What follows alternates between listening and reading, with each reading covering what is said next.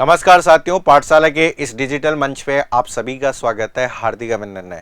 ठीक है, आज से हम कंप्यूटर अनुदेशक 2025 के लिए सबसे पहले जो प्रीवियस एग्जाम्स हुए हैं उनकी एक सीरीज शुरू करने वाले हैं।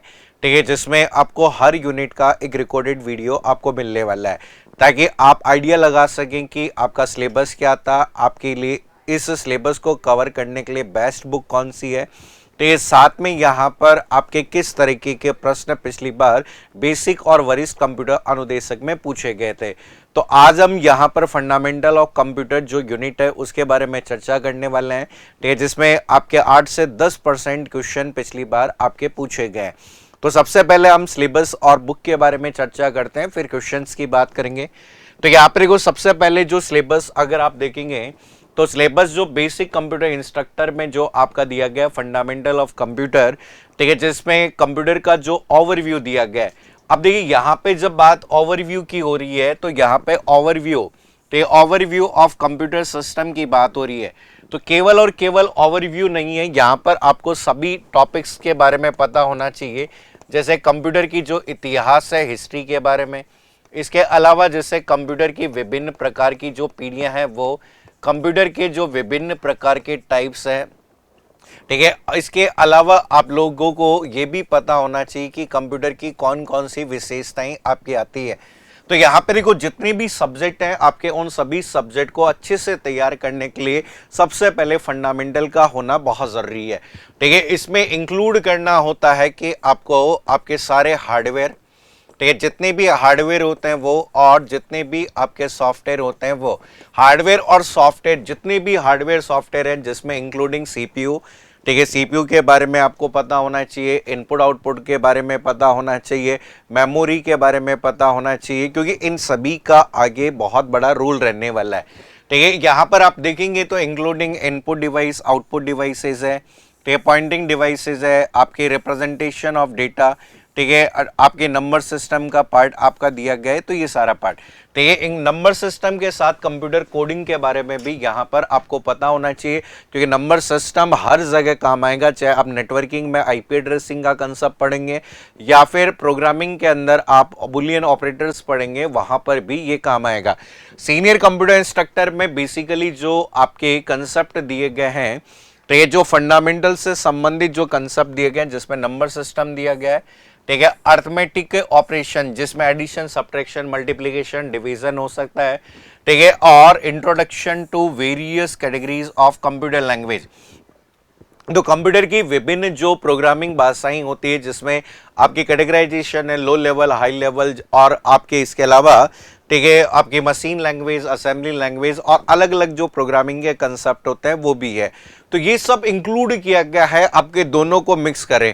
तो एक तरीके से मेरा यही कहना है कि बेसिक और सीनियर कुछ नहीं होता है, एग्जाम में दोनों के क्वेश्चन आपके आ सकते हैं, इसलिए हमें तैयार। तो रेफरेंस बुक अगर बात करें अभी जो आपको पढ़ सकते हैं, तो जिस बुक को हम बेस्ट बुक के रूप में हम कह सकते हैं, पीके सिन्हा, जो हिंदी और इंग्लिश मीडियम दोनों में आती है। ठीक है, हिंदी और इंग्लिश मीडियम दोनों में ये बुक अवेलेबल होती है, जिसे आसानी से आप ले सकते हैं। इसके अलावा आपके यहाँ पर वर्धमान, ठीक है, हम कहते हैं कि VMOU की जो RSCT की बुक आती है वो भी अच्छी किताब है, इसको भी आप रेफर कर सकते हैं तैयारी करने के लिए। चलिए इस सेशन को शुरू करते हैं, जहां पर जो क्वेश्चंस आपके पूछे गए हैं उन्हें हम देखते हैं, जिससे हमें आइडिया लगेगा कि हम किस तरीके के क्वेश्चंस हम कर सकते हैं। तो यहाँ पे देखो, PYQ सीरीज में फंडामेंटल के क्वेश्चन देख रहे हैं, बेसिक कंप्यूटर इंस्ट्रक्टर के। देखो, सबसे पहला जो क्वेश्चन दिया गया, इन कॉन्टेक्स्ट ऑफ मेमोरी, आपका मेमोरी कार्ड, ठीक है, SD एंड MMC का मतलब क्या होगा, कि पूछा गया कि मेमोरी कार्ड के संदर्भ में SD और ये। तो आपने देखा होगा, पहली चीज तो आप याद रखिए कि जब भी मेमोरी कार्ड की बात करें तो मेमोरी कार्ड को कंसीडर किया जाता है कंप्यूटर में एज ए कौन सी मेमोरी, फ्लैश मेमोरी। तो पहली चीज हमें याद रखना है कि इसे हम कंप्यूटर की फ्लैश मेमोरी कहते हैं, और फ्लैश मेमोरी वह होती है जो इलेक्ट्रिकली इरेज और प्रोग्राम हो सकती है। इसमें भी हम कहते हैं कि इसमें दो तरह की मेमोरी होती है, नैंड, ठीक है, नैंड फ्लैश के रूप में हो सकती है, या नॉर फ्लैश के रूप में भी यहाँ पर यूज की जा सकती है। तो यहाँ पर जो मेमोरी कार्ड आपका है, मेमोरी कार्ड जिसे फ्लैश ड्राइव भी कह सकते हैं, ठीक है, तो इसमें पूछा गया एसडी और एमएमसी जैसे इसे बनाने वाली जो कंपनी है, ठीक है, प्रमुख रूप से जो कंपनी थी वो कौन सी कंपनी थी? SanDisk company. ठीक है, इसने इन कोलैबोरेशन, हम कहते हैं कि कोलैबोरेशन किया दो आपके अन्य कंपनियों के साथ, तोशिबा और दूसरी कंपनी कौन सी है? पैनासोनिक। इन दोनों के कोलैबोरेशन के साथ में इसने ये बनाया है। तो आपसे पूछा गया था, तो याद रखिए इसका आंसर क्या होगा? सिक्योर डिजिटल और मल्टीमीडिया कार्ड के रूप में हम डिफाइन कर सकते हैं। तो इसका आंसर जो होगा, ये आपका आंसर जो आसानी से आप सभी ने दिया होगा, अगर आप एग्जाम दे के आए तो सिक्योर डिजिटल और मल्टीमीडिया कार्ड इस क्वेश्चन का क्या होगा? आंसर होगा। ठीक है, चलिए अगले क्वेश्चन पे लेते हैं। अगला क्वेश्चन है आपका, इनमें से कौन सा एक सिस्टम सॉफ्टवेयर, ठीक है भाई, क्वेश्चन पूछा गया है कि इनमें से एक सिस्टम सॉफ्टवेयर नहीं है, नॉट ए सिस्टम सॉफ्टवेयर। तो यहां पर देखो, कंप्यूटर में ही जब भी सॉफ्टवेयर की बात की जाए तो आप लोगों ने यहां पर पढ़े होंगे, कंप्यूटर में आपके विभिन्न प्रकार के सॉफ्टवेयर होते हैं, और जब भी सॉफ्टवेयर की बात की जाए तो सॉफ्टवेयर का मतलब होता है सेट ऑफ प्रोग्राम्स। ठीक है, सॉफ्टवेयर का मीन होता है सेट ऑफ प्रोग्राम्स, प्रोग्रामों का एक समूह। और ये जो सॉफ्टवेयर कंप्यूटर में दो तरह के होते हैं।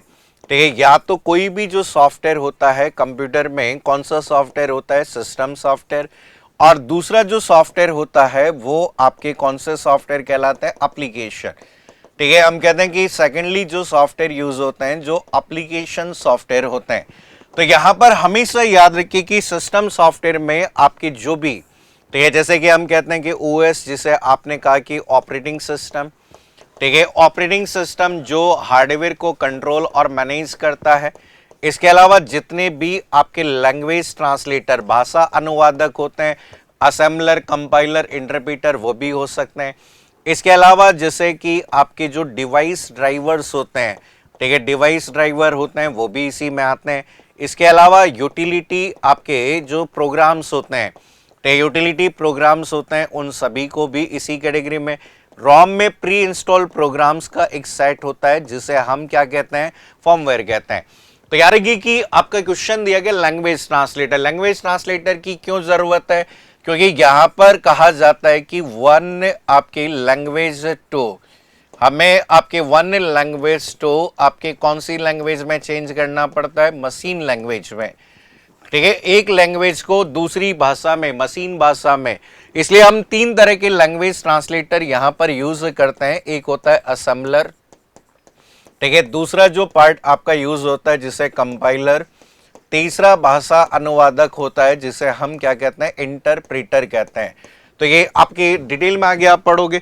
यूटिलिटी जो प्रोग्राम होते हैं जिन्हें सामान्य रूप से हम कंप्यूटर के सर्विस या, ठीक है, सपोर्ट प्रोग्राम के रूप से यहां पर जान सकते हैं।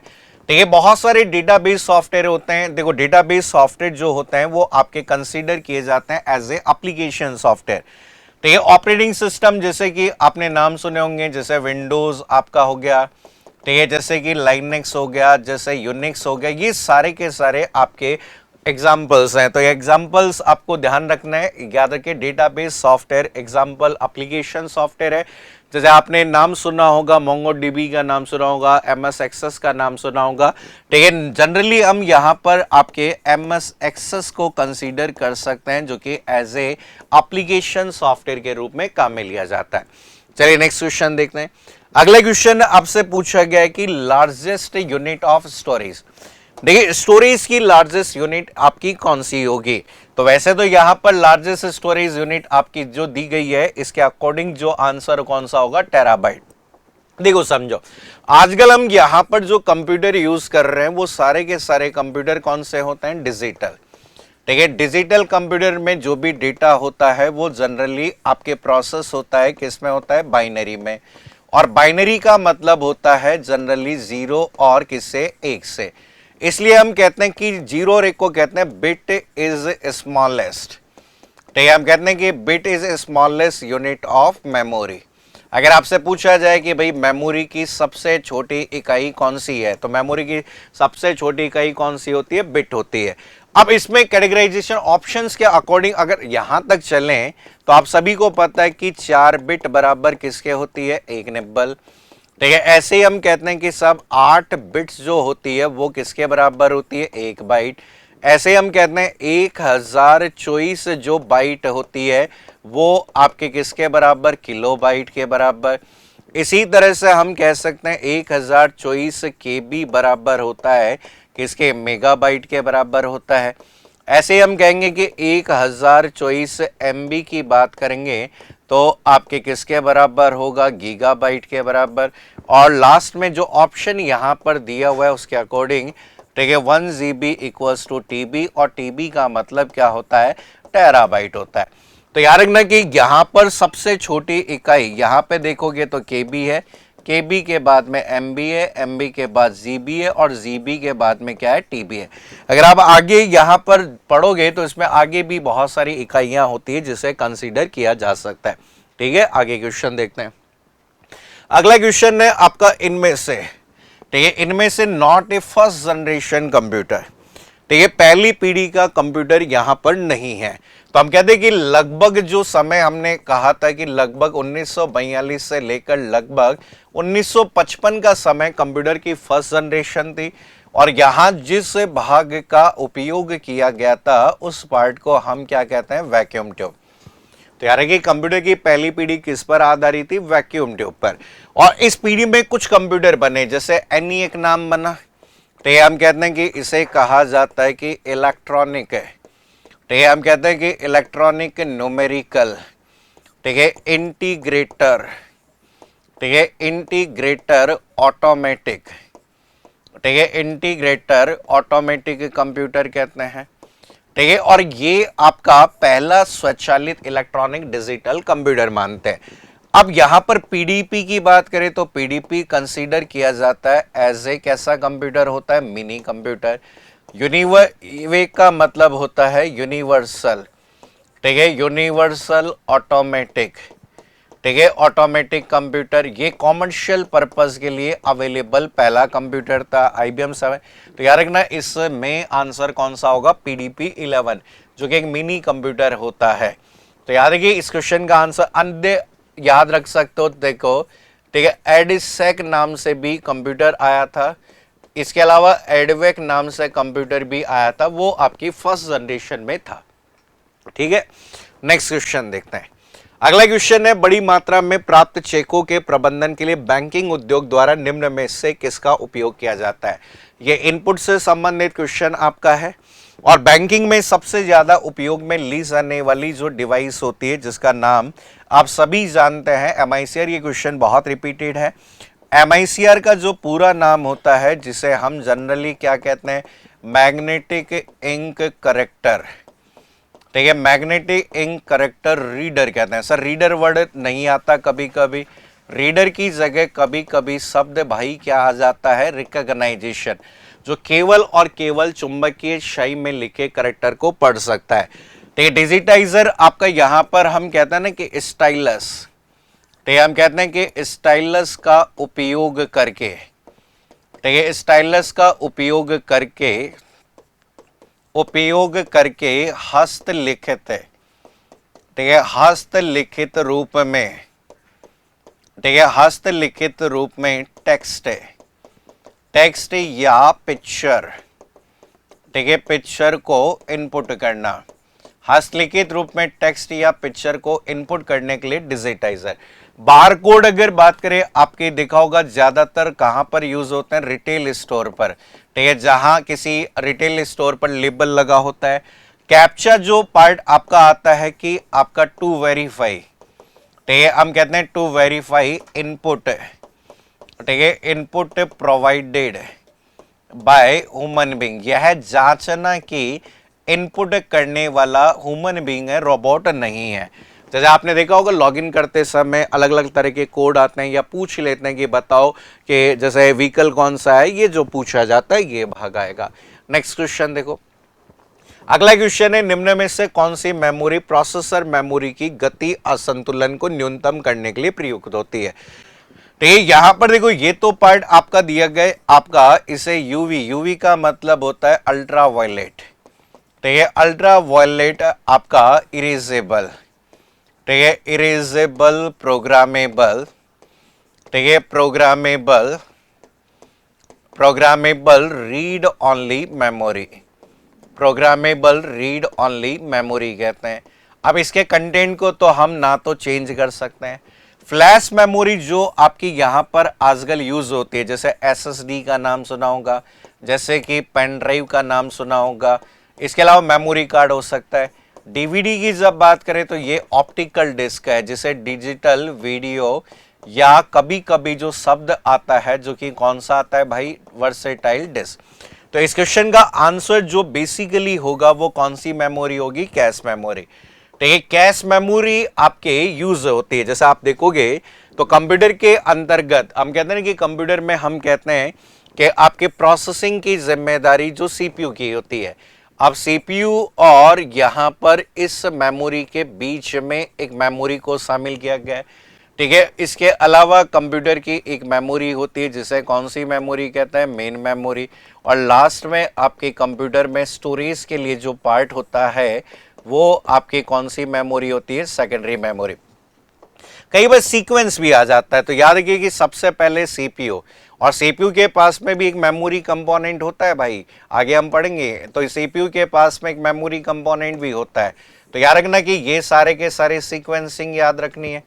अब यहां पर हम कहते हैं कि सीपीयू के पास में एक मेमोरी कंपोनेंट है जिसका नाम क्या है, सीपीयू रजिस्टर। तो आप सीपीयू फैच करता है तो यहां पर सीक्वेंस ये याद रख सकते हो, ठीक है। बहुत रेयर केस में हम सेकेंडरी मेमोरी की बात करते हैं जो वर्चुअल मेमोरी होगा।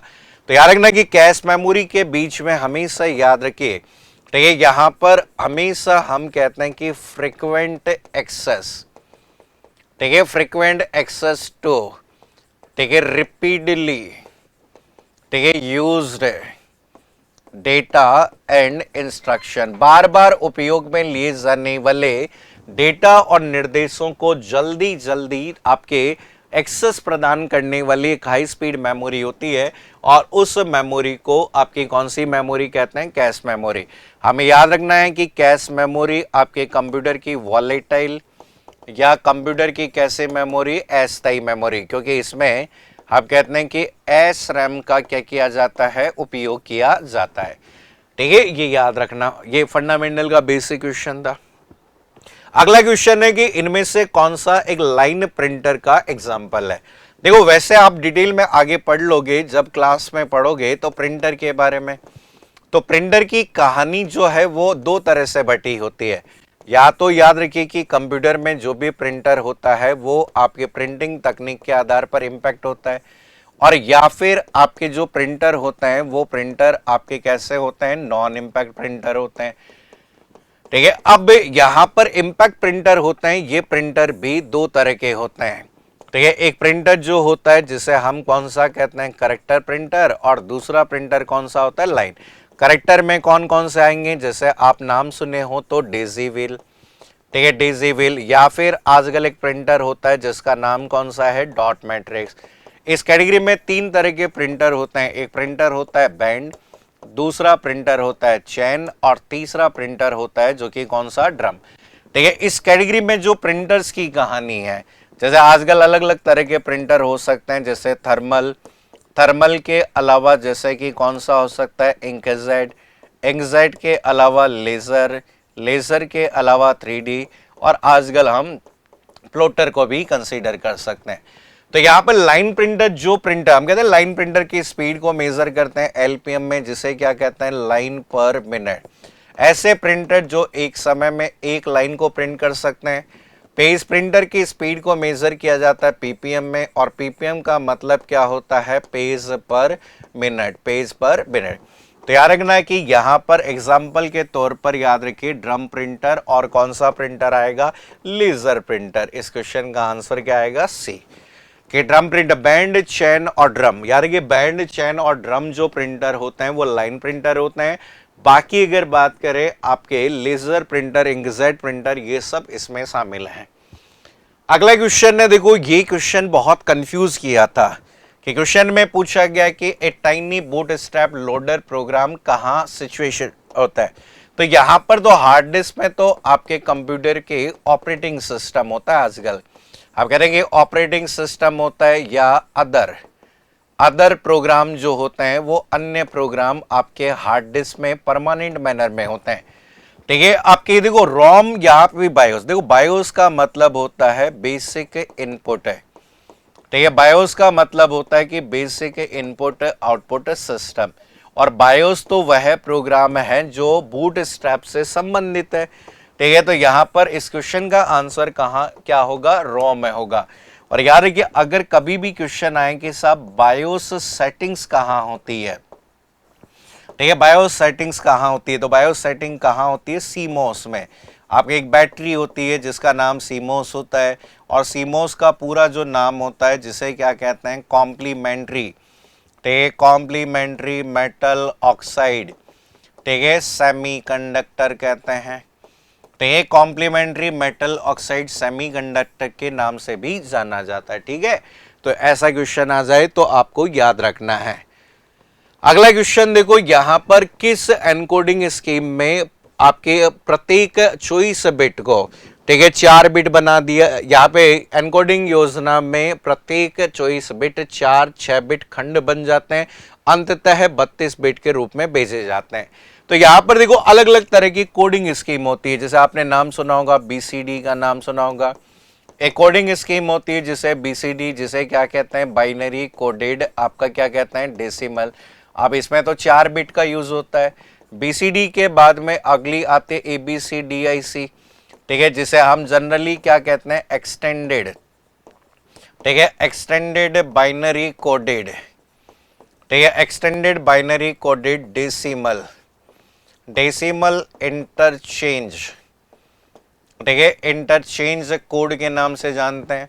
आस्की, फिर इसके बाद में हम कहते हैं कि कौन सी कोडिंग आ गई, आस्की, ठीक है, आस्की की नहीं, आस्की अमेरिकन, आप कहते हैं American standard, American standard code for, ठीक है, इंफॉर्मेशन, इंफॉर्मेशन इंटरचेंज कहते हैं, ठीक है। ऐसी अगर बात करें आपकी कोडिंग कौन सी होती है, यूनिकोड, और यूनिकोड का मतलब आपका कौन सा कोड कहलाता है, यूनिवर्सल, ठीक है, कोड होता है। ऐसे हम कहते हैं ना एक्सेस 3, ठीक है, एक्सेस 3 कोड होता है। इसी तरीके से हम कहते हैं ग्रे कोड होता है। अलग अलग तरह की एनकोड ये स्कीम है। अब क्वेश्चन में पूछा गया कि भाई रिप्रेजेंटेशन करना है, तो रिप्रेजेंटेशन करने का जो तरीका होता है वो ऑप्शन के अकॉर्डिंग बेस 64 होगा। देखो 8 बिट में तो आपके ABCDIC का उपयोग करेंगे। तो याद रखिए कि इस तरीके से जब क्वेश्चन आपसे पूछा जाए तो आपको ये याद रखना है। तो याद रखना कि यहां पर इसे कहते हैं कि 4 कैरेक्टर, ठीक है, इनटू 8 बिट्स आपकी एनकोडिंग स्कीम्स के नाम से भी जाना जाता है। चलिए, एक विशेष प्रकार का सॉफ्टवेयर जो जॉब क्यू क्रिएट करता है, जॉब क्यू मतलब एक से ज्यादा। अब देखो क्या होता है, हम तो लगातार कितनी भी कमांड दे सकते हैं, लेकिन प्रिंटर तो एक समय में एक ही प्रिंट करेगा। तो देखो ड्राइव तो नहीं होगा, ड्राइव बिल्कुल नहीं होगा, आप काट भी सकते थे। इंटरप्रेटर जो आपके ट्रांसलेटर होता है, जो ट्रांसलेशन का कार्य किसके आधार पर करता है, लाइन बाय लाइन के आधार पे। तो यहां पर याद रखना इस क्वेश्चन का जो आंसर होगा, बहुत सिंपल सा क्वेश्चन था, स्पूलर। स्पूलर एक पार्ट होता है जो प्रिंट क्यू तैयार करता है या जॉब क्यू तैयार करता है। चलिए अगला क्वेश्चन है कमांड टू ओपन स्नीपिंग टूल। ठीक है, देखो यहां पर अब देखो ये बेसिक पार्ट है स्नीपिंग टूल। स्नीपिंग टूल का मतलब होता है कि हम कहते हैं कि पिक्चर, ठीक है, पिक्चर के किसी भाग को, ठीक है, किसी भाग को कट करना, ठीक है, किसी भाग को कट करना। भाई आप कोई पार्ट है इमेज में से कट करना चाहते हो, तो ये आपकी विंडोज की एक्सेसरीज। अब देखो विंडोज का आपका क्वेश्चन आ गया है, लेकिन वैसे हमारे सिलेबस में विंडोज नहीं है, लेकिन फिर भी अगर एग्जाम में जब क्वेश्चन आ जाता है तो शॉर्टकट की याद रख लीजिए। विंडोज की के साथ शिफ्ट दबाइए, शिफ्ट के साथ एस दबाइए, तो ये शॉर्टकट की है, शॉर्टकट की याद रखनी है। चलिए अगला क्वेश्चन है, आपको दिया गया है ऑक्टल में नंबर दिया गया है और इसे किस में चेंज करना है, हेक्साडेसिमल में। तो यहां पे देखो ऑक्टल, देखो मेरा ये कहना है कि हमेशा जब कन्वर्जन करना है एक बेस को दूसरे बेस से, तो सबसे बढ़िया तरीका होता है या तो उसे बाइनरी में लिख लो या डेसिमल में। तो यहां पे देखो आपको क्या दिया गया, 356। देखो समझो कि अगर आपको 356 दिया गया ऑक्टल में तो इसको बाइनरी में कैसे लिखेंगे। बाइनरी में लिखने के लिए हम क्या करते हैं, प्रत्येक डिजिट को 3 बाइनरी बिट में लिखते हैं। अब सर 3 बाइनरी बिट में जैसे हम कहते हैं 0 का मतलब 000, ठीक है, इसका मतलब 10102, 0113, 1004, 1005, 110, ठीक है, आपका 61117। अब इजीली लिख सकते हो। देखो 3 का मतलब कैसे लिखोगे, 3 का मतलब क्या हो गया आपका, 3 का मतलब भाई क्या हो गया, ठीक है 011, 5 का मतलब क्या हो गया 101, 6 का मतलब 110। अब यहां पर किसी संख्या को हेक्साडेसिमल में बदलना तो 4 अंकों का पेयर बनता है। तो 4 अंकों का मतलब हो गया 8 4 12 और 1 13, यहां 13, 8 4 12 1 13। हेक्सा में क्या होता है, 10 को लिखते हैं ए, 11 को लिखते हैं बी, 12 को लिखते हैं सी, 13 को लिखते हैं ई, 14 को लिखते हैं एफ, सॉरी 13 को लिखते हैं क्या डी, 14 को लिखते हैं क्या ई और 15 को क्या लिखते हैं एफ।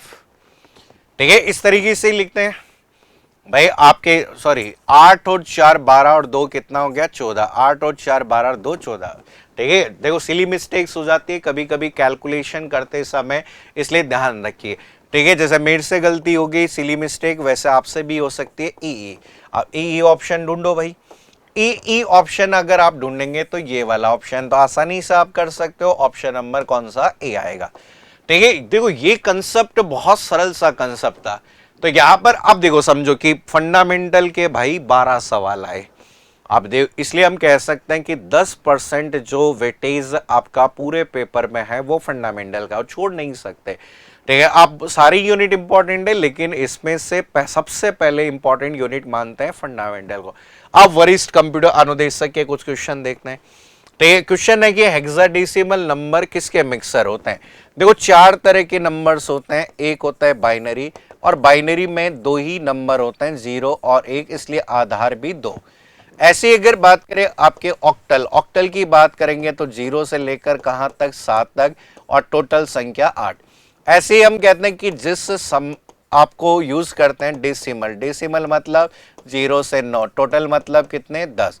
और जिसकी बात हो रही है हेक्साडेसिमल हमेशा अल्फा न्यूमेरिक यूज करता है 0 से 9 और ए से लेकर कहां तक एफ, तो ये 16 होता है। तो यहाँ पे हेक्साडेसिमल में हम कह सकते हैं कि सर लेटर होते हैं और लेटर के साथ साथ आपकी कौन सी डिजिट होती है, डेसिमल डिजिट। ठीक है, बहुत सरल सा क्वेश्चन था, आसानी से कर सकते थे। अगला क्वेश्चन देखो, यहां पर ये वाला जो क्वेश्चन है जिसे अभी हम डिस्कस करेंगे, थोड़ा सा लेंथी क्वेश्चन आपका कभी कभी आ जाता है। अब देखो यहां पर ये क्वेश्चन है, देखो अभी डराने के लिए इतना बड़ा क्वेश्चन दे दिया कि निम्नलिखित में से कौन सा मान इस हेक्साडेसिमल कोड का सही मान है। अब यहां पर देखो आपका जो क्वेश्चन देखेंगे तो पॉइंट के बाद वाला करने की जरूरत नहीं है, ये डराने, क्योंकि सब में आपका जब सेम दिया हुआ है, जब सेम दिया हुआ है तो मतलब इन चारों में से एक सब में सेम ही आएगा, तो पॉइंट के बाद वाला क्यों करना है, पॉइंट के पहले वाला करो 1F। अब मैंने हमेशा आपको ये कहा है कि आप पहले इसको बाइनरी में लिख लो, तो बाइनरी में कैसे लिखेंगे 0001। ठीक है, ऐसे ही अगर बात करें 8 4 12, ठीक है ये 15। अब ये आप काउंट कर लो, अब यहां से लिखोगे ना कि 1 2 4 8 और 16, तो 16 प्लस 8 24 और 4 28, 28 2 30, 30 और 1 31, टोटल कितने हो गए 31, तो आंसर 31। तो अब 31 देखो, अब यहां पर क्वेश्चन में कंफ्यूजन क्या है भाई, सर दोनों ही आंसर क्या दे रखे हैं, ये दे रखे हैं। अब ऑप्शन अगर बात करें आप देखोगे तो दोनों में क्या दे रखा है 31.0065918, तो आंसर तो दोनों ही होंगे। हो सकता है कि यहां टाइपिंग एरर हो लेकिन एग्जाम में टाइपिंग एरर नहीं थी, तो याद रखना कि ये आपके किसमें था 10। अगला क्वेश्चन देखो, ठीक है, आपका पूछेगा डेसिमल को बाइनरी में चेंज करना। तो देखो किसी भी डेसिमल को बाइनरी में 0 का मतलब 0 है, बाकी पीछे वाले नंबर, तो पीछे वाले नंबर को कैसे चेंज करते हैं, ऐसे 0 गुणा 2 की पावर -1, ऐसे 1 इंटू 2 की पावर -2, ऐसे 1 इंटू 2 की पावर -3, ऐसे 1 इंटू 2 की पावर -4, ऐसे चेंज करेंगे। ठीक है, तो अब यहां पे 0 का मतलब तो क्या होता है 0, इसका मतलब ठीक है, 1/4 को 0.25 लिख सकते हैं। ठीक है, आपका इसका मतलब 1/8 0.125 लिख सकते हैं। ठीक है, 1/4 मतलब 0.0625 लिख सकते हैं। अब इनको जोड़ लीजिए, आप जोड़ लोगे तो यहां पर आंसर आपका आ जाएगा। चलिए आप लोग कमेंट करके भी बताना कि मुझे इसका आंसर क्या होगा जब आप कैलकुलेशन कर रहे हो, तो यहां पर कैलकुलेशन करके बताना कि इसका आंसर क्या होगा। ठीक है सर, आप बता दीजिए, मैं बता देता हूं। 0 पॉइंट, ठीक है, आप कहते हैं ना 0 पॉइंट, भाई यही तो आएगा।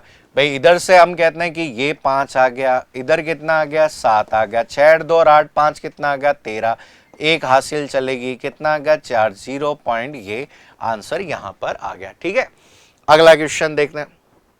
ठीक है, बीसीडी देखो, बीसीडी में हमने कहा कि डेसिमल संख्या के प्रत्येक अंक को कितने बिट में लिखते हैं, 4 बिट में। ठीक है, 4 बिट। देखो 0 और 1, तो इसमें तो 0 और 1 है। बाइट का मतलब कितने बिट हो गया, 8 बिट हो गया। नहीं होता सर, हम तो किस में लिखेंगे, निब्बल में, क्योंकि निब्बल का मतलब होता है कितने बिट, 4 बिट। आप सभी को याद रखना है कि 1 निब्बल इक्वल्स टू आपके कितने बिट होता है, 4 बिट। तो और बीसीडी में कहा जाता है डेसिमल संख्या के प्रत्येक अंक को 4 बिट में लिखना है। चलिए यहां पर ये आपके कुछ क्वेश्चंस थे जो आपके बेसिक और सीनियर में फंडामेंटल ऑफ कंप्यूटर से संबंधित पूछे गए थे। ठीक है, अब अगली यूनिट के फिर क्वेश्चन हम सॉल्व करेंगे। तो ये सेशन कैसा लगा जरूर कमेंट करके बताना। और बहुत जल्दी अगर बात करें, हम लाइव सेशंस पे शुरू करने वाले हैं 15 अगस्त के बाद। तब तक अगर बात करें, आप इन वीडियो को एंजॉय करिए। अभी के लिए इतना ही। Thank you so much, take care, bye bye, all the best.